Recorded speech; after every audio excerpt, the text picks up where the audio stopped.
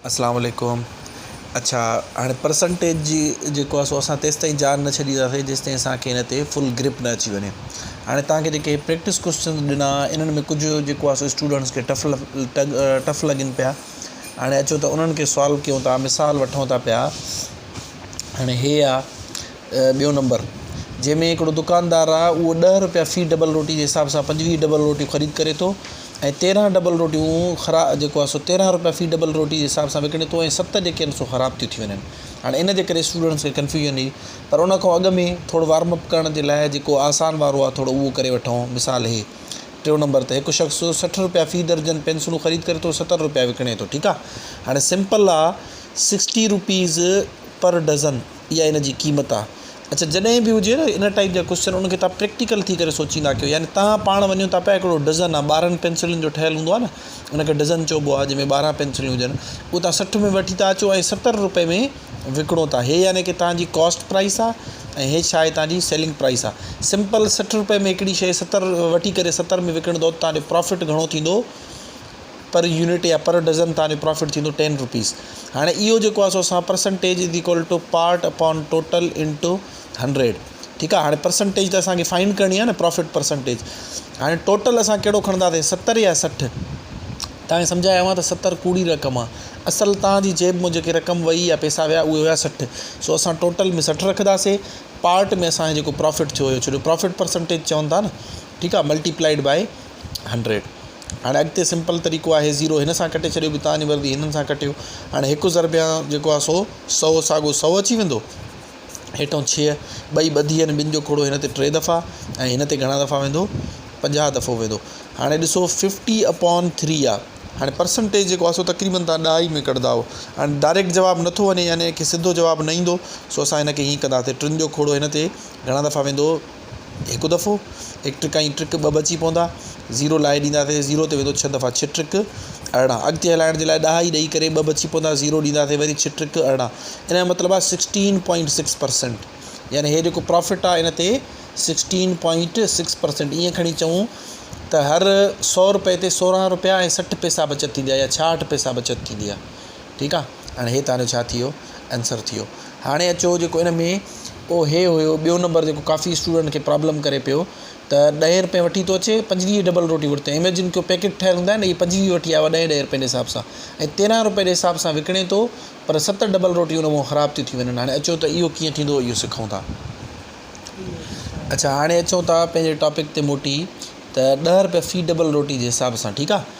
हाणे 10 जेको आहे सो 10 रुपया फ़ी डबल रोटी, 25 डबल रोटी। तव्हां इमेजिन कयो जेके हीअं पैकेट ठहियलु हूंदा आहिनि, 1 डबल रोटी बजाए ईअं सम्झो हे पैकेट आहे, हीअं ठहियलु हूंदो आहे न हिकिड़ो डबल रोटी जो पैकेट, इहो तव्हांखे घणे मिले थो पियो, 10 रुपीज़। मिसाल वठूं था पिया, अहिड़ियूं तव्हां 25 पैकेट वठी आया हो। ठीकु आहे। अहिड़ा घणा 25 पैकेट। इन जो मतिलबु आहे 10 रुपया हिकिड़ो, त 25 जेके आहिनि सो उन जी रक़म घणी थींदी, 250 रुपया। ठीकु आहे। हाणे हेतिरा तव्हां पंहिंजी जेब में ख़र्चु कयो, 10 रुपए हिकिड़ी, या जेकॾहिं हिकिड़े स्लाइस खे तव्हां वठो था पिया, चलो हे 10 रुपीज़ में अहिड़ी तव्हां 25 स्लाइस वठी आयो या 25 डबल रोटियूं वठी आया हो। ठीकु आहे। हाणे उन्हनि खे तव्हां जेको आहे सो विकिरो कयो। हाणे इहो सॉरी जेको आहे सो तव्हां वठी आयो 250 रुपया तव्हांजी जेब में विया। हाणे तव्हां 13 रुपए जे हिसाब सां विकिणो त अथा, 25 आहिनि, तव्हां 13 रुपए जे हिसाब सां, पर उन मां 7 ख़राबु थी वञनि। इन जो मतिलबु आहे 25 टोटल हुयूं, 7 उन मां ख़राबु थी वियूं, त इन जो मतिलबु आहे हे त थी वियूं ख़राबु। तव्हां बाक़ी विकिरो घणियूं कंदव, 25 मां 7 कट कंदासीं, बाक़ी बचंदा 18।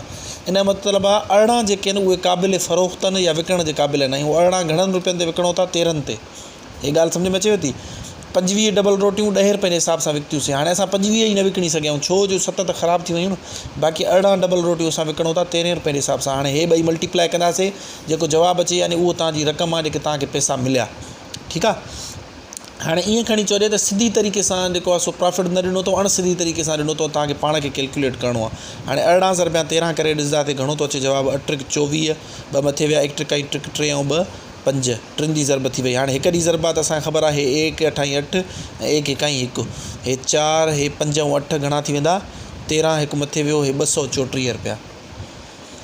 ॾिसो हाणे हूअं तव्हांखे छा चवंदा त भाई हिकिड़े डबल रोटियूं ख़रीद कयूं 250 में ऐं विकितो ते 234 में, केतिरो नफ़ो या नुक़सानु थियुसि। हाणे तव्हां ॾिसी सघो था पिया त तव्हां 250 रुपया जेब मां ख़र्चु कया ऐं 234 रुपया तव्हांखे मिलिया आहिनि, यानी तव्हांखे वापसि रिटर्न थियो सॼे ॾींहं में। ओवरऑल कटे सटे तव्हांजो नुक़सानु थी वियो, घणनि रुपयनि जो नुक़सानु थी वियो।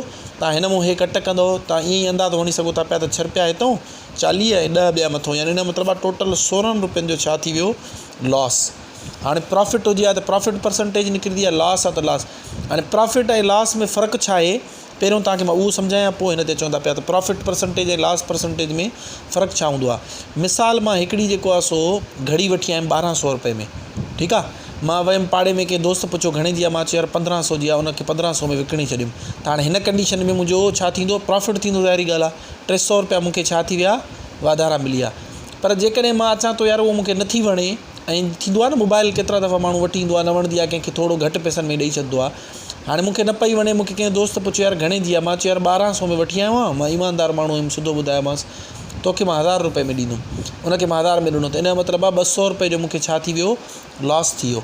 हाणे जॾहिं बि प्रॉफिट परसेंटेज कढणी हुजे या लॉस परसेंटेज, प्रॉफिट परसेंटेज हिते मां छा थो लिखां, लॉस परसेंटेज, ॿिन्हिनि में साॻियो ई तरीक़ो हूंदो आहे। हेठों टोटल रखिबो आहे इंटू 100, हेॾे बि इंटू 100। सिर्फ़ु फ़र्क़ु इहो हूंदो आहे त मथां हिते प्रॉफिट रखंदासीं ऐं हिन में हितो छा रखंदासीं, लॉस, बसि एतिरो फ़र्क़ु आहे। ॾिसो हिते छा रक़म कहिड़ी आहे, असल 1500 या 1000, ॿई कूड़ियूं रक़म आहिनि। असल रक़म हीअ हुई, तव्हांखे ॿुधायो आहे त क़ीमत ख़रीद या कॉस्ट प्राइस रखिबी आहे हेठों टोटल में। हिते बि 1200 रखियोसीं, हिते बि 1200। हाणे प्रॉफिट में निकिरे असांखे 300 रुपया प्रॉफिट थियो आहे त मां हिते रखंदुमि 300, ऐं लॉस में मूंखे 200 रुपए जो लॉस थियो आहे त मां हिते छा रखंदुमि, 200 रखंदुमि। Simple is that. हाणे कैलकुलेशन कंदासीं, 2 ज़ीरो 2 ज़ीरो सां कटिजी वेंदा, 3 जो खोड़ो हिन ते हिकु दफ़ो, हिन ते घणा दफ़ा वेंदो, 4 दफ़ा वेंदो, ठीकु आहे। हे थी वेंदो ज़ीरो कटिजी आहे न, हाणे हे 10 थी वेंदो, हेठों बचंदो 4, 1 ज़रबिया 10, 2 जो खोड़ो हिन ते घणा दफ़ा वेंदो, 2 दफ़ा, हिन ते घणा दफ़ा वेंदो, 5 दफ़ा। हाणे 5 खे जेकॾहिं असां जेको आहे ॿिनि हिसनि में डिवाइड कयूं त 2.5, हिन जो मतिलबु आहे मूंखे 2.5% प्रॉफिट थियो हिन केस में। हाणे अचो था लॉस कढूं था पिया त 2 ज़ीरो 2 ज़ीरो सां कटिजी वेंदा, ठीकु आहे। 2 जो खोड़ो हिन ते 1 दफ़ो, हिन ते 6 दफ़ा। हाणे 1 ज़रबिया 100, मथां 100 थी वेंदो, हिते ग़लती थी वई, हिते मां 10 लिखी हुअमि भुल में, सॉरी। सो हिते बचंदो 50, 2 जो खोड़ो हिन ते 1 दफ़ो, हिन ते 25 दफ़ा वेंदो, 25% प्रॉफिट हुयो, sorry my mistake. I hope तव्हांखे हे पॉइंट सम्झ में अची वियो हूंदो, मां 10 लिखी हुअमि ग़लती सां, ठीकु आहे। सो मां हिते छा करे छॾियुमि, ज़ीरो ॾेई करे वधाए छॾियुमि। हाणे 3 जो खोड़ो हिन ते 4 दफ़ा, यानी 1 ज़रबिया 100 थी वेंदो, मथां घणो बचो हुयो, 100 दरअसल बचो हुयो। 2 जो खोड़ो हिन ते 2 दफ़ा, हिन ते 50 दफ़ो, वरी 2 जो खोड़ो हिन ते 1 दफ़ो, हिन ते 25 दफ़ा, कटे सटे 25% प्रॉफिट थियो हुयो। हाणे जेकॾहिं मां हिन ते ॾिसां त हाणे 2 जो खोड़ो हिन ते 6 दफ़ा, हिन ते 1 दफ़ो, डबल ज़ीरो कटिजी आहे, 1 ज़रबिया 100, यानी हिन मतिलबु आहे 100 ज़रबिया वंडिया 6 बचो आहे। हाणे 2 जो खोड़ो हिन ते 3 दफ़ा ऐं हिन ते घणा दफ़ा, 50 दफ़ो। हाणे 50 वंडिया 3, असां ऑलरेडी पोइ हिते मुंहिंजे ख़्याल में करे आयासीं, हिन जो जवाबु अचे पियो 16.6%, ठीकु आहे। इन जो मतिलबु आहे 16.6% मूंखे छा थी वियो, लॉस। तव्हांखे पॉइंट जेको सम्झायां पियो त प्रॉफिट में ऐं लॉस में फ़र्क़ु सिर्फ़ु इहो हूंदो आहे त फार्मूले में असां पार्ट जी जॻह ते प्रॉफिट रखंदा आहियूं, लॉस हूंदो आहे त असां लॉस रखंदा आहियूं। हाणे अचूं था पिया पंहिंजे हिन दर्जे ते वापसि मोटी करे, त हाणे हिते असां प्रॉफिट रखंदासीं या लॉस रखंदासीं, जवाबु ईंदो लॉस थियो आहे। हे असांखे 16 रुपयनि जो छा थियो आहे, लॉस थियो आहे, त लॉस रखंदासीं। हाणे अचो त फार्मूलो यूज़ कयूं था, परसेंटेज इज़ इक्वल टू, हाणे पार्ट अपॉन टोटल मां शॉर्टकट हणां थो, इंटू 100, ठीकु आहे। हाणे पार्ट जी जॻह ते हेठों असां रखंदासीं कहिड़ी रक़म, 250 रखंदासीं या 234, असां रक़म रखंदासीं 250, छॾियो असांजी जेब मां हीअ वई आहे कॉस्ट प्राइस, 250 रखियो था। हाणे मथां घणो रखंदासीं, मथां रखंदासीं 16, ठीकु आहे। हाणे हे ज़ीरो मिसाल हिन सां कटिजी वियो, ठीकु थी वियो। हाणे छा बचियो, 16 भाङे 25। हाणे कहिड़ो खोड़ो आहे जेको ॿिन्हिनि ते वञे थो, असां ॾिसंदासीं कोई बि खोड़ो ॿिन्हिनि ते नथो वञे। अच्छा, हाणे 16 जो 25 ते त कोई खोड़ो नथो वञे, पर हिते असांजो ज़ीरो कटिजी वियो आहे, ॾिसो ज़ीरो ज़ीरो सां कटिजी वियो आहे, 10 हिते बकाया आहे न, 16 ज़रबिया 10 कंदासीं, असांखे ख़बर आहे घणो थी वेंदो, 160 भाङे 25। हाणे हिननि ॿिन्हिनि ते 5 जो खोड़ो वञे थो, सिंप्लीफाई कयूं था, डायरेक्ट खोड़ो हणणु चाहियो तव्हांजी मर्ज़ी आहे, थी वेंदो, पर बहितर आहे असां हिनखे नंढो कयूं। कीअं, ॾिसो ॿिन्हिनि ते 5 जो खोड़ो वञे थो, हिन ते घणा दफ़ा वेंदो, 5 दफ़ा। पहिरियों 16 ते 5, 1 5 5 50 10 3 50 15, हिकु बची पवंदो, हेॾे ईंदो 10, 10 ते घणा दफ़ा वेंदो, 2 दफ़ा वेंदो। सो असांजो हे जवाबु ईंदो 32 भाङे 5, ठीकु आहे। हाणे तव्हांजे सॼो ॾिसणो आहे, तव्हांजे एग्ज़ाम में तव्हांजे जेको हेठों ऑप्शन्स कहिड़ा ॾिनल आहिनि, जीअं हाणे तव्हां हे काऊं हुयो, 7.3 जो ॿियो नंबर हुयो, ठीकु आहे, 7.3 जो ॿियो नंबर। हाणे 7.3 जो तव्हां ॿियो नंबर ॾिसंदव, 7.3 जो ॿियो नंबर तव्हां ॾिसी सघो था पिया त नुक़सानु थियो आहे 32/5%, जेको असां हिते जवाबु ऑलरेडी कढी आया आहियूं, 32/5%। पर हाणे इन मां तव्हांखे अंदाज़ो न थींदो पूरो मूं सही तरीक़े सां त इहो केतिरो आहे। इनखे अचो त ॾहाई वारे तरीक़े सां बदिलायूं, पोइ असांखे एग्ज़ैक्ट ख़बर पवंदी। हाणे छा कंदासीं, 32 डिवाइडेड बाए 5, 5 जो खोड़ो घणा दफ़ा वेंदो, 56 30 घणा बची पवंदा, 2 बचंदा, ॾहाई ॾेई करे 0 ॾींदासीं। हाणे 5 जो खोड़ो घणा दफ़ा वेंदुसि, 4 दफ़ा वेंदुसि, ठीकु आहे। हे थी वियो असांजो 6.4। यानी इन जो मतिलबु आहे जेको हे कारोबार हुयो डबल रोटी वारो, 25 डबल रोटी वठी आयो 10 रुपए जे हिसाब सां, 7 वयूं ख़राबु थी, बाक़ी 18 बचूं, 18 13 ते विकितईं, 234 जेको आहे 100 रुपया हुनजी जेब में आया, 16 रुपया नुक़सानु थियो। असांजी परसेंटेज कढीसीं त 250 रुपया असां ख़र्चु कयोसीं, 16 रुपया हिनखे लॉस आयो, त लॉस जी परसेंटेज केतिरी, त लॉस जी परसेंटेज आहे 6.4%। इनखे तव्हां आम सिंधी में ईअं खणी चवंदो, छो हे परसेंट जो मतिलबु हूंदो आहे 100 रुपए ते, यानी हर 100 रुपए ते 6 रुपया तव्हांखे मां सम्झायो आहे, ॾहाई जेॾो वारो पूरो हूंदो आहे। हाणे तव्हांखे ख़बर आहे रुपया पूरा हूंदा आहिनि ऐं पैसा छा हूंदा आहिनि, अणपूरा हूंदा आहिनि। थींदो आहे न, पेट्रोल भराईंदा हुओ, माना हुन में पैसनि में ईंदी आहे रक़म।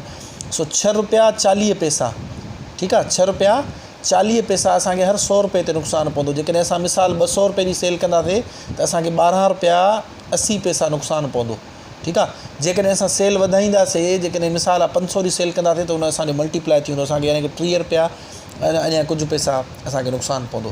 सो कटे सटे असांखे 6.4 हर जेको आहे 40 खणी अचूं, हर 100 रुपए ते असांखे एतिरो नुक़सानु पए थो। हे असांजी लॉस जी परसेंटेज। अच्छा, जेकॾहिं तव्हांखे आंसर ई तव्हांखे अणपूरे जी सूरत में ॾिनल हूंदो त पोइ तव्हांखे हीअ वंड करण जी ज़रूरत न आहे, त डायरेक्ट जवाबु कढंदो। पर जेकॾहिं जवाबु तव्हांखे ॾहाई में ॾिनल आहे त पोइ तव्हांखे जवाबु हिन तरीक़े सां कढणो आहे। आई होप तव्हांखे सम्झ में अची वियो हूंदो। असां यानी कि इन मां 3 नंबर बि सॉल्व कयोसीं ऐं हे ॿियो नंबर बि सॉल्व कयोसीं, जंहिंमें स्टूडेंट्स खे काफ़ी कन्फ्यूजन हुई। हाणे असां हिन जा कुझु ॿिया एग्ज़ाम्पल ॾिसासीं, जीअं हाणे तव्हांखे मां 5 नंबर नेक्स्ट वीडियो में करे ॾेखारींदुमि, छो जो हिन में ॾहाई आयल आहे। ॾहाई वारी ज़रब वंड कीअं थींदी आहे इहो सम्झंदासीं। उन खां पोइ पाण हलंदासीं परसेंट जेको आहे सो कंसेशन वारे पासे ॾे, डिस्काउंट जंहिंखे चइबो आहे। त डिस्काउंट वारे में रक़म कीअं निकिरंदी आहे ऐं परसेंटेज वारा हिसाब कहिड़े तरीक़े सां हल थींदा आहिनि।